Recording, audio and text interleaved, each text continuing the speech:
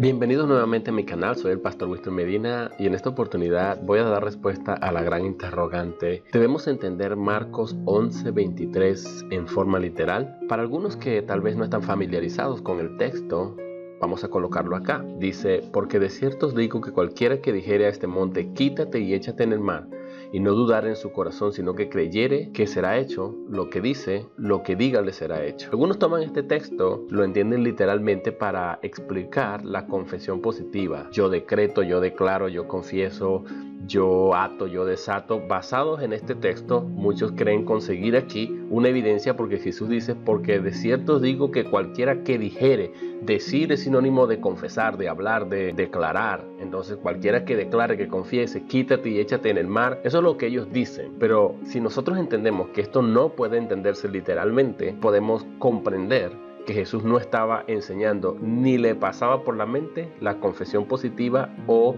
la doctrina de la declaración o de los decretamientos.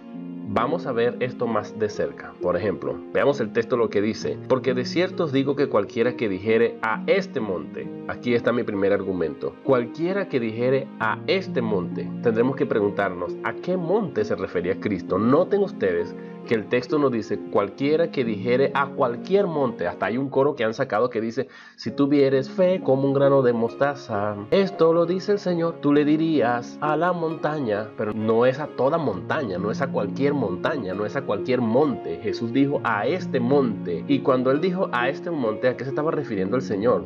El Señor se estaba refiriendo particularmente a este monte de la imagen, a este monte. ¿Cómo se llama ese monte? Bueno, es el monte de los Olivos. Y como ustedes pueden ver aquí, este monte no es un monte muy grande, está a 2.710 pies de altura, lo cual es equivalente a 826 metros aproximadamente. Entonces 826 metros, este monte no es tan alto, no es un monte de kilómetros de altura como el Everest, por ejemplo. No, es un monte relativamente bajo, que es el Monte de los Olivos, que mide menos de 1 kilómetro, 826 metros. Recuerden que 1 kilómetro son 1000 metros y esto mide 826 metros. Este Monte de los Olivos, que fue el monte donde Cristo oró, donde Cristo sudó sangre, donde Cristo intercedió por sus discípulos y le rogó al Padre que lo ayudara a pasar esa prueba. Ese es el Monte de los Olivos al que nos referimos. Ahora, el texto, volviendo al texto, el texto dice, cuando uno lo analiza, porque de cierto os digo que cualquiera que dijere a este monte. ¿Cuál es el problema? Que si esto se tiene que entender literalmente, entonces todo cristiano tendría que ir a orar a ese monte, porque ese monte todavía existe. Cualquiera que dijere a este monte, ¿qué fue lo que Cristo dijo? Quítate y échate en el mar.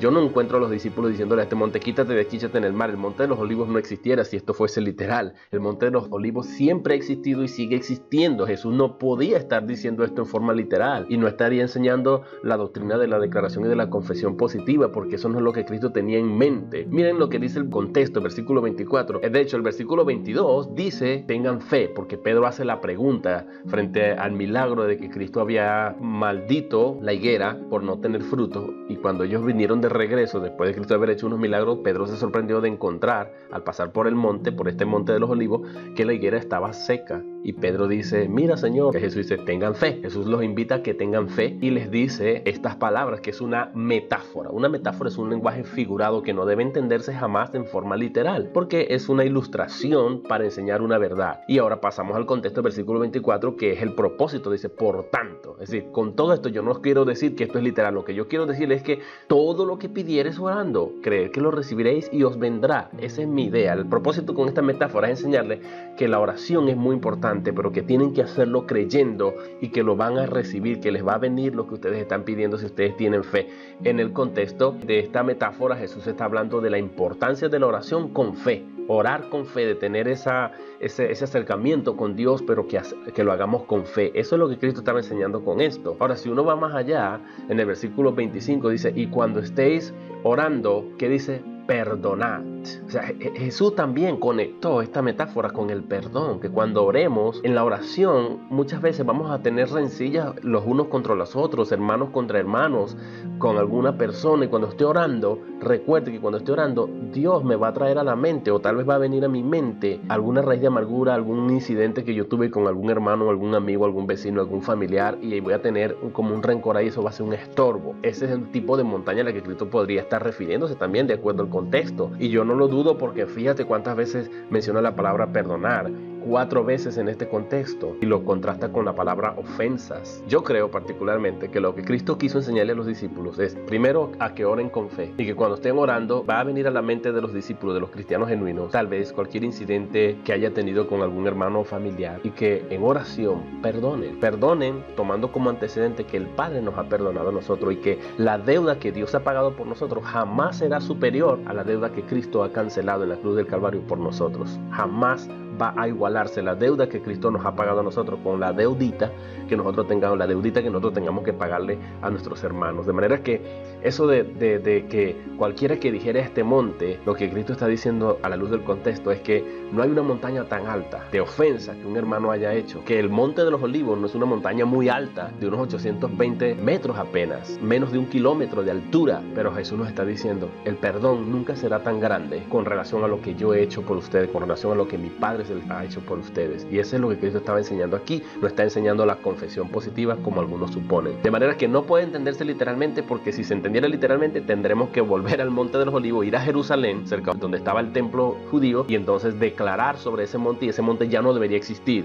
Los discípulos tuvieron que haberlo entendido literalmente, ellos no lo entendieron así, más bien desarrollaron toda una teología sobre el perdón en todo el Nuevo Testamento. Por ejemplo, cuando uno ve al primer mártir de la historia cristiana siendo apedreado, Esteban, ¿qué dijo? No les tengas en cuenta este pecado. Oró por sus transgresores. Pablo hizo lo mismo, Pedro hizo lo mismo, los apóstoles hicieron lo mismo y enseñaron sobre perdonar, que no paguemos mal por mal, sino que venzamos el mal con el bien. Eso es lo que enseñaron los apóstoles. Bueno, voy a orar por ustedes y espero que ustedes puedan entender esta verdad. Señor Dios, bendice a aquellas personas que oyen este mensaje, permite que puedan entender la verdad de que tú no enseñaste la declaración positiva en este pasaje, ni siquiera estaba en tu mente. Estabas tratando de enseñarnos a tener fe y acercarnos en oración, y que cuando estemos orando y vengan ofensas que hayamos cometido contra alguien o que alguien haya cometido contra nosotros, que perdonemos, que resolvamos perdonar y decidamos hacerlo tomando como base que el Padre nos ha perdonado ya a nosotros en Cristo Jesús. Doy gracias por tu palabra y ayúdanos a entenderla en el nombre de Jesús. Dios les bendiga y espero que hayan entendido esta pequeña reflexión. Amén.